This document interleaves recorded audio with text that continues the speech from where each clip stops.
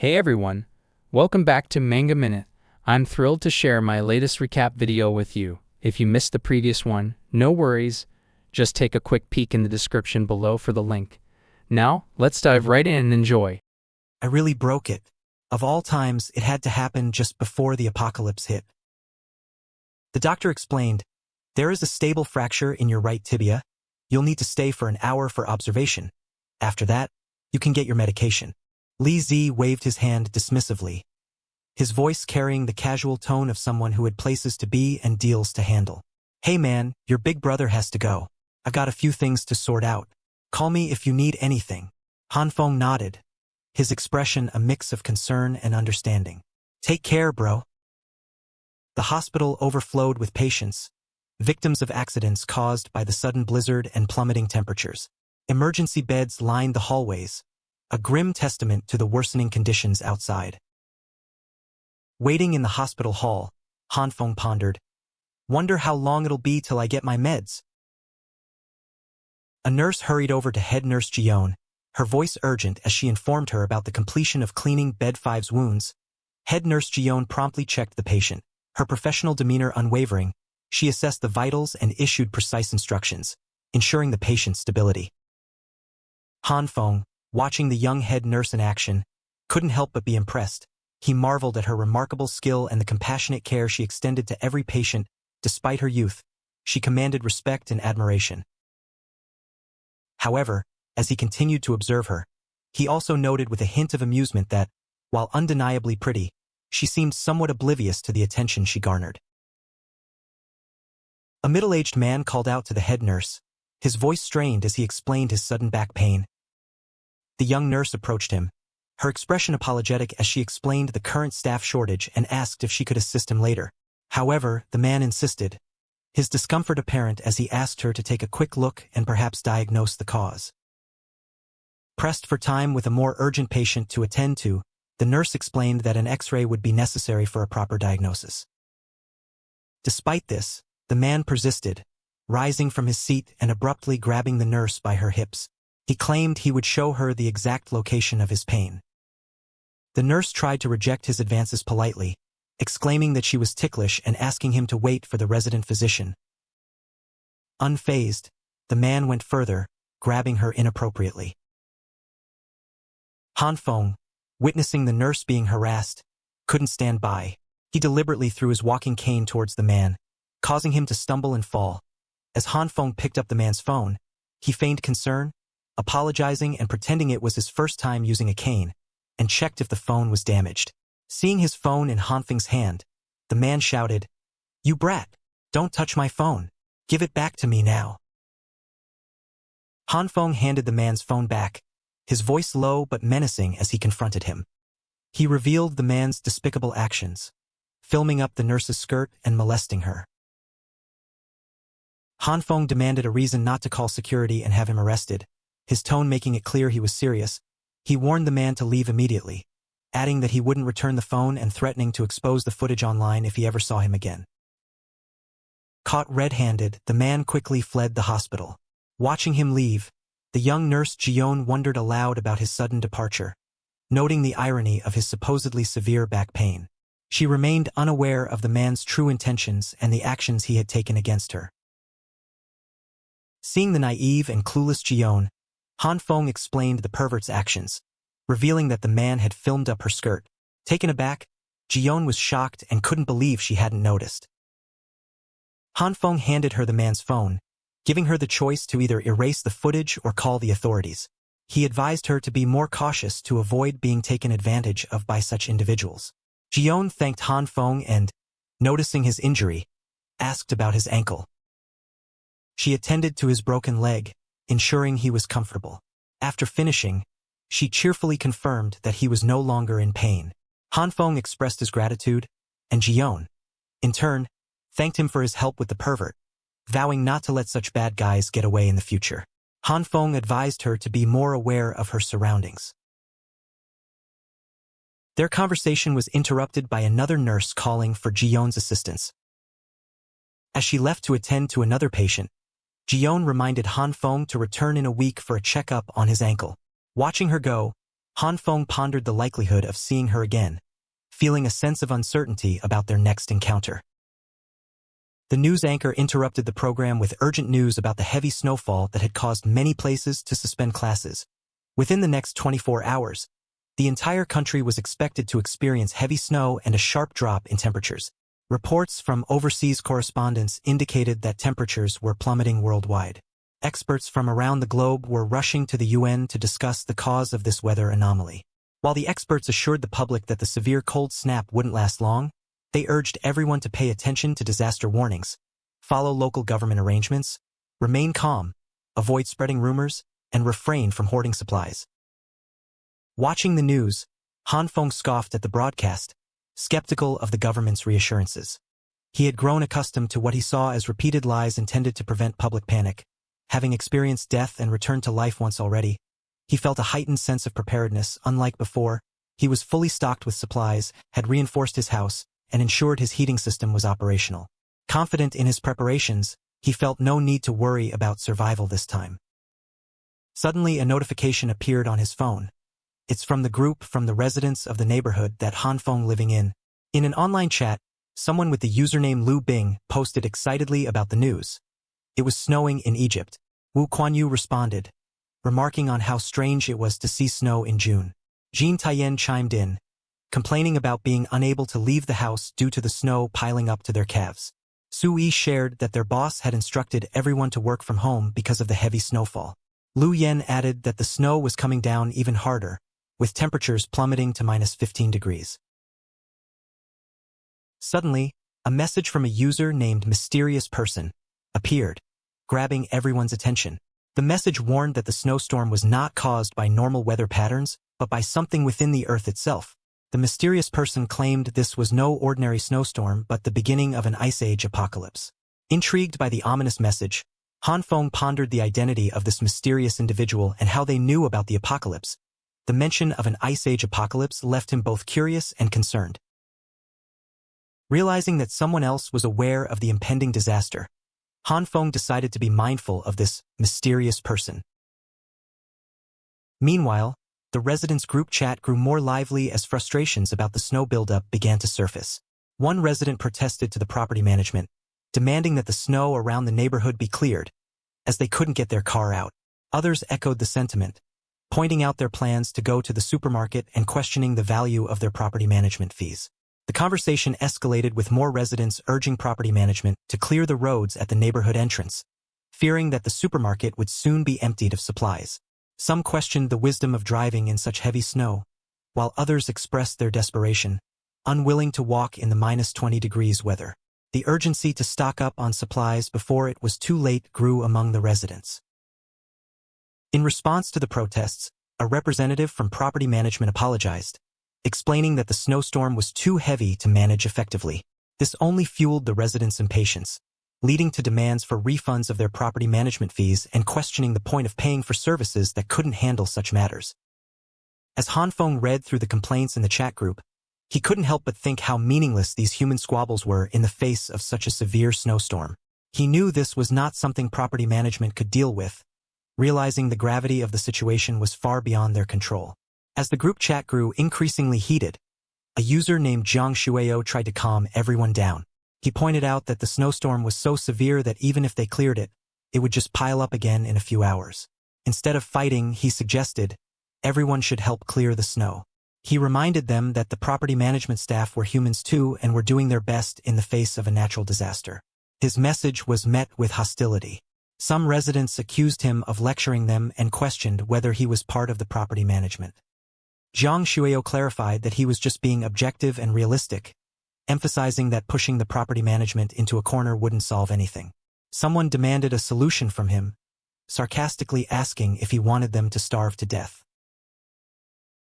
Jiang Shueyo explained that driving to the supermarket was impossible given the current conditions and suggested walking instead.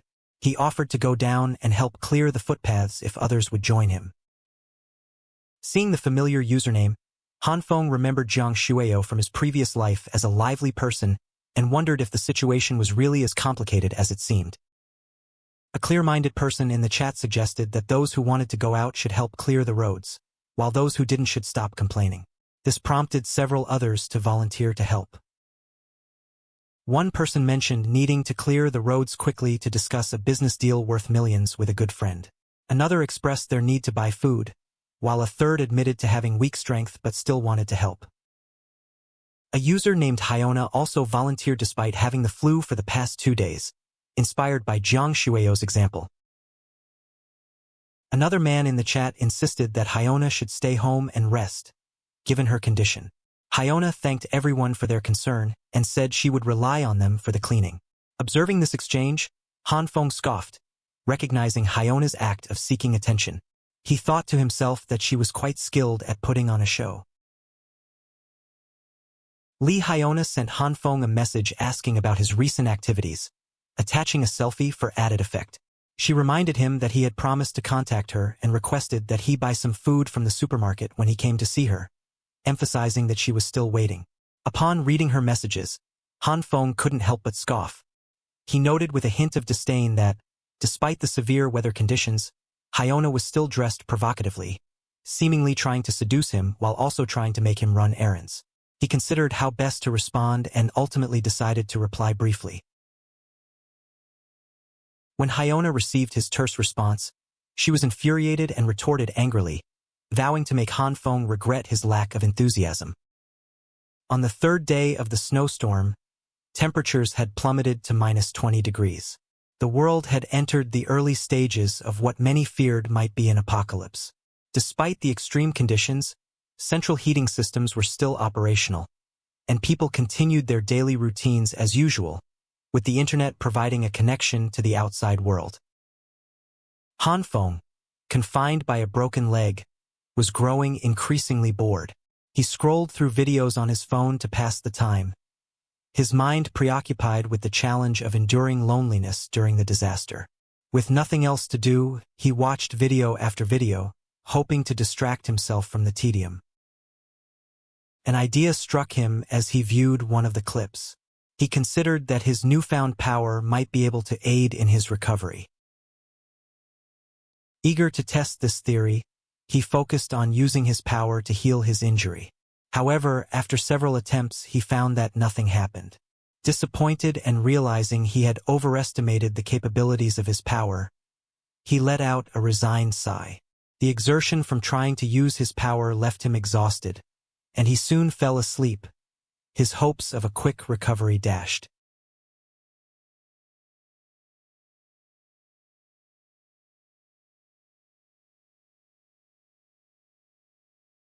Jolted awake from a restless sleep, Hanfeng was startled by the vivid and unsettling dream that had troubled him. As he tried to shake off the remnants of the dream, he noticed something remarkable. His broken leg no longer hurt. The pain had vanished, leaving him in a state of bewilderment. Curious about the sudden relief, Hanfeng began to contemplate the nature of his power. He wondered if the green light, which had appeared to be so mysterious and unpredictable, might have aided in his recovery while he was asleep. Determined to test this theory, he decided to experiment further. Hanfeng retrieved a kitchen knife and made a small cut on the tip of his finger, allowing a few drops of blood to bead at the surface. He then focused his green light power on the wound, watching with anticipation as it began to heal. The wound closed up swiftly, confirming his suspicion. As he observed the successful recovery, Hanfeng felt a surge of understanding. He had discovered that his power could indeed facilitate self-recovery, even while he was asleep. With this newfound knowledge, he felt a sense of accomplishment and hope for future challenges. As the community rallied together to clear the thick layers of snow, Jiang Shueo expressed his gratitude and apologies to the volunteers, especially to Uncle Lu, for their efforts in such challenging conditions. Lu Guangyao, in response, downplayed his own contributions and pointed out that most of the credit should go to the Jin brothers, who had worked tirelessly. Jiang Shueo noted that the snow was worsening and urged everyone to be swift in gathering supplies before it became too difficult to do so. Lu Guangyao mentioned that, in light of their recent efforts, he had heard about an unusual occurrence.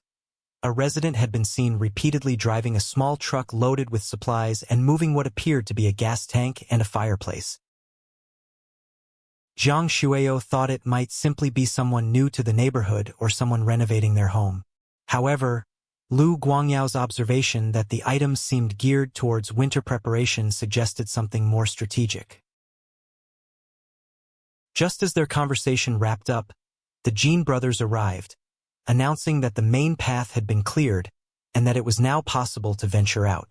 Lu Guangyao thanked them for their hard work, relieved and appreciative of their progress. As the community continued their efforts to clear the snow, Wu Kuan-yu, having overheard the conversation about winter preparations, expressed his interest in the topic. His curiosity, however, was abruptly cut off when Lu Yen intervened, instructing him to get back to work. Wu Kuan-yu, frustrated by the interruption, angrily retorted, accusing Lu Yen of merely standing by while he did all the work.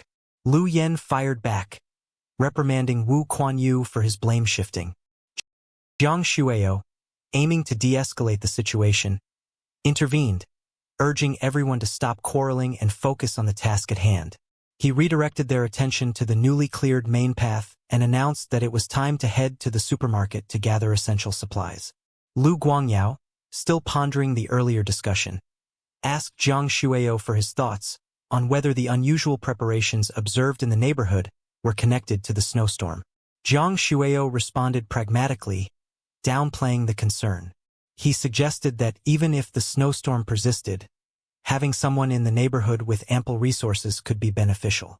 Lu Guangyao appreciated Jiang Shueyo's pragmatic outlook, acknowledging the value of young, forward-thinking individuals.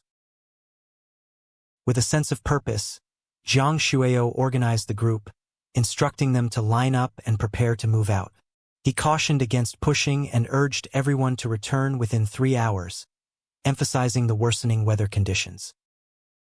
Li Zi knocked on the front door with a sense of urgency. His voice rang out through the quiet, announcing his arrival. Inside, Han Feng stirred from his sleep and groggily opened the door. Li Zi, holding a newly acquired item, greeted his younger brother with enthusiasm. He had come to deliver the semi-automatic gun that Han Feng had requested. As Li Zi handed over the semi-automatic gun, he mentioned that Brother Lu had asked him to properly thank Han Feng, noting that they had managed to stock up on supplies ahead of time. Han Feng, receiving the item with a humble grin, acknowledged the gesture and inquired about Li Zi's current situation. Li Zi, with a hint of frustration, shared that they had visited the supermarket in the East District after clearing the snow, only to find it completely emptied out. The news caught Han Feng off guard, leaving him stunned by the idea of an entire supermarket being stripped bare in just one night. As the gravity of the situation sank in, Han Feng began to ponder the ongoing crisis and its implications. As Han Feng reflected on Li Zi's report about the supermarket being emptied out overnight, he became increasingly troubled. The thought of someone possessing the ability to covertly deplete an entire store in such a short time led him to speculate about superhumans with dimensional storage abilities. The notion, reminiscent of powers he had read about in comics and novels, seemed unsettlingly plausible. Determined to understand his own powers better, Han Feng delved into researching his abilities. His current knowledge suggested that his power could affect food supplies, potentially increasing their quantity or size. However, he faced significant challenges. For instance, while attempting to enhance a soybean, he found success only 1 time out of 10, and his efforts with meat cans often ended in failure. This high failure rate was frustrating, but Han Feng remained resolute in his quest to master his power. After numerous attempts and failures, Han Feng finally succeeded in utilizing his power effectively. Exhausted yet triumphant, he realized that the energy from his green light was not constant. This breakthrough provided him with a crucial insight, though it left him fatigued from the effort. Every type of food has their own corresponding energy values. It will result in a failure if it's wrong. As Han Feng continued experimenting with his powers, he noticed a pattern that seemed strikingly familiar. It reminded him of an old online dancing game he had played years ago, where precise timing and input were crucial. Excited by this realization, he put his theory to the test. He reasoned that, much like the game's directional keys, the energy values required for his power needed to be precise and well-timed. With renewed determination, Han Feng carefully adjusted his inputs and pinpointed the critical moments needed for success. The breakthrough in understanding his power led him to the next step: experimenting with meat. He approached the task with optimism but soon discovered that meat posed a different challenge than vegetables. Unlike vegetables, failed attempts with meat resulted in a black, liquid substance that was both repulsive and difficult to manage. Despite numerous failures, Han Feng remained undeterred. He reasoned that while the principle might be similar, the requirements for meats were likely more complex and required a longer processing time. Frustrated by the repeated failures and the increasingly difficult nature of his attempts, Han Feng grew exasperated. Each failure felt like a setback, making him question the fairness of the challenge. Nevertheless, driven by perseverance, he continued refining his approach. Eventually, after exhausting his energy and experiencing countless setbacks, Han Feng achieved a breakthrough. With a mix of exhaustion and relief, he finally discovered the correct synthesis method for handling meats. His efforts paid off, marking a significant step forward in mastering his abilities. As the anchor on the news reported, the country was grappling with the worst snowstorm of the century, the 17th of July marking the third day of relentless snowfall. The anchor warned viewers about the breakdown of essential services such as traffic, electricity, and networks, advising patience and caution. The government was supposedly dispatching resources to the affected regions, echoing a familiar pattern from Han Feng's previous life. The news was a grim reminder of the widespread collapse and disorder that he had experienced before. Han Feng, observing the broadcast, reflected on the predictability of the situation. The familiar sense of impending collapse stirred unease within him. Just as he settled into his thoughts, a notification from the chat group flashed on his screen. Scanning the messages, Han Feng noted the intense quarreling among the group members. The urgency of the situation was palpable as some members expressed impatience and skepticism, while others debated the best course of action amidst the chaos. In the midst of the uproar, a message from Unit 1202 inquired about the lack of information. Uncle Lu's text cast doubt on the news, suggesting that if the situation were truly under control, the support teams would have already arrived. Instead, he reported seeing armored vehicles, tanks, and heavy weapons heading towards City A, inferring that the real threat might be a looming war rather than a mere snowstorm. The disparity between the official reports and the on-ground reality fueled the group's anxiety and confusion. The situation was rapidly escalating, leaving the residents to grapple with their fears and the stark possibility of a more severe crisis.